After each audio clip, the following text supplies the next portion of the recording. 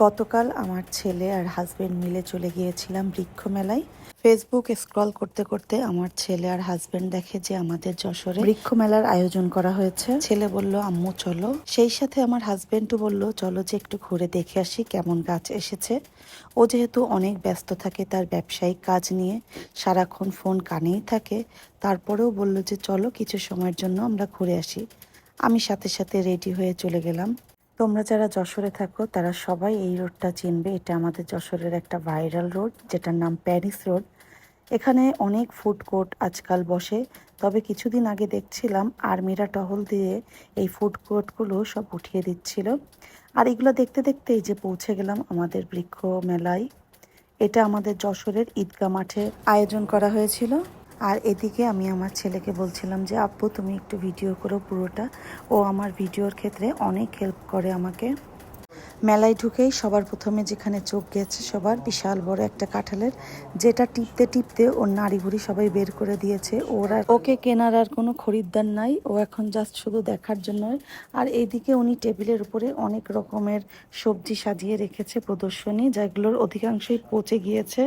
আর সেগুলোই আমরা দেখছিলাম আর হাসাহাসি করছিলাম। এই হচ্ছে সবজি, সব অনেক ধরনের সবজি, পটল, উস্তে, পেঁপে, নারকেল, আমড়া। আর এই যে গাছ পাকা তাল, যেটা দেখতে ভীষণ ভালো লাগছিল।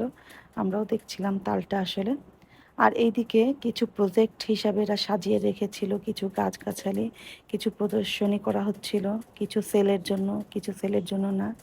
তো এখানে অনেক ধরনের গাছ দেখলাম, এলাচ গাছ দেখলাম, তেজপাতা গাছ দেখলাম, আরও বিভিন্ন ধরনের পাতাবাহার গাছ, যেগুলো ঘরের সৌন্দর্য বর্ধন করে, ইনডোর প্ল্যান্ট। আর এদিকে বেশ ভালো একটা জিনিস দেখলাম, যেখানে লেখা ছিল কবরস্থান বনায়ন, কৃষি ও বন বনায়ন, মহাশ্মশান বনায়ন, যেগুলো শুধু দেখার জন্যই ছিল। ভাল লাগছিল এগুলো দেখতে। তবে এই মেলার প্রধান আকর্ষণ ছিল শ্বেতচন্দন, যেটা অনেক রেয়ার এবং বিলুপ্তির পথে। এই লোকটা এখানে অনেকগুলো শ্বেতচন্দনের চারা নিয়ে এসছে, যেটাকে বলা হয় বনসাই শ্বেতচন্দন। ভীষণ সুন্দর লাগছিল এই চন্দনগুলো দেখতে। একটা পর্যায়ে ওই লোক এই গাছের কষ বের করে আমাদের হাতের উপরে লাগিয়ে দিল এটার স্মেলটা দেখার জন্য। আর উনি এটাও বলল যে এটা নাকি কসমেটিক্সের কাজে ব্যবহৃত হয়ে থাকে। ভীষণ সুন্দর স্মেল। পুরো বৃক্ষ মেলা ঘুরছিলাম আর হাতের স্মেলটা বারবার নিচ্ছিলাম। ভীষণ ভালো লাগছিল, মনে হচ্ছিল মাইন্ডটাকেও খুব ফ্রেশ করছিল।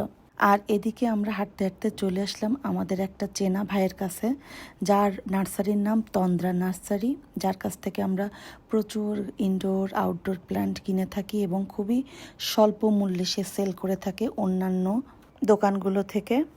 আমার এই মাধবীলতা ফুল গাছটা ভীষণ পছন্দের। এই গাছটা আমার বাবার বাড়িতেও গেটের সামনে লাগানো। এটা আমার খুব পছন্দের। এখানে কিছু আনার গাছও লাগানো ছিল, বেশ সবগুলো গাছে ফল ধরেছিল। আমি ভাইকে বললাম যে আপনি আমাকে একটা এই গাছ দিয়ে দেন। এই ভাইয়ের নার্সারির নাম তন্দ্রা নার্সারি। ভাইয়ার ব্যবহার আচরণ সব সময়ের জন্য খুব বেশি সুন্দর এবং খুবই আন্তরিকভাবে সে আমাদের গাছগুলো লাগিয়ে দেয়। ওইদিকে ফারসাদ আব্বু কিছু গাছ দেখছিল, আর আমি আমার ছেলেকে বলছিলাম চলো আমরা কিছু ভিডিও করে নেই, কারণ তোমার পাপা আসলে এগুলো আর হবে না। এই জন্য আমি আর আমার ছেলে বিভিন্ন রকমের গাছ দেখে বেড়াচ্ছিলাম আর ভিডিও করছিলাম। আর এটা ছিল একটা মালটা গাছ, দেশি মালটা। খুব ভাল লাগছিল, এখানে অনেক গাছে মালটা ধরেছিল। আর এই ফুলগুলো দেখতে এত ভালো লাগছিল, ফুলগুলো এত কালারফুল যে দূর থেকেও আপনার দৃষ্টি আকর্ষণ করছিল। আর এখানে এই যে এত এত গাছে সব ফুল ধরে আছে, দেখতে আসলে খুবই ভালো লাগছিল, যদিও এটা ছিল খুবই ছোট পরিসরে। এখানে এসে অনেক নতুন নতুন গাছের সাথে পরিচিত হলাম, যেখানে সাদা জাম গাছ ছিল, স্ট্রবেরি পেয়ারা গাছ ছিল, থাই লটকন গাছ ছিল, বিদেশি নেওয়া গাছ ছিল, যেগুলো আমি প্রথম দেখলাম। আর এদিকে ছোট একটা বাতাবি লেবু গাছে দেখেন কত বড় একটা বাতাবি লেবু ধরে আছে। আর আমার ছেলে বিড়াল দেখেই সেখানে থমকে দাঁড়িয়েছে, কারণ ওর বিড়াল ভীষণ পছন্দের। আর এখানে কিছু মনে হয় এগুলো সিডলেস লেবু, অনেক থোকায় এক থোকায় 7-8টা ধরেছিল, ভীষণ ভালো লাগছিল দেখতে। আর এই যে বিড়ালটা এসে পানি খাচ্ছে, সেটাও আমার ছেলে ভিডিও করছে। আর ওখানে একটা আমার ফ্রেন্ডের সাথেও দেখা হয়ে গেল। আর এই যে একটা এখন যেই গাছটা দেখাবো, এটা হচ্ছে বিদেশি নেওয়া ফল, যেটার কালার দেখেছেন একদম পার্পল কালার। এটার দাম তারা চাচ্ছিল 15,000 টাকা। আর শ্বেত চন্দন গাছগুলোর দাম চাচ্ছিল 30,000 টাকা। লাস্টে আমার হাজব্যান্ড একটা বনসাই গাছ কিনলো, যেটা আমাদের মাছের অ্যাকোরিয়ামের পাশে রেখে দেবে। এই যে গাছটা। আজকের ভিডিওটা এই পর্যন্তই। সবাই ভালো থাকবেন। আল্লাহ হাফেজ।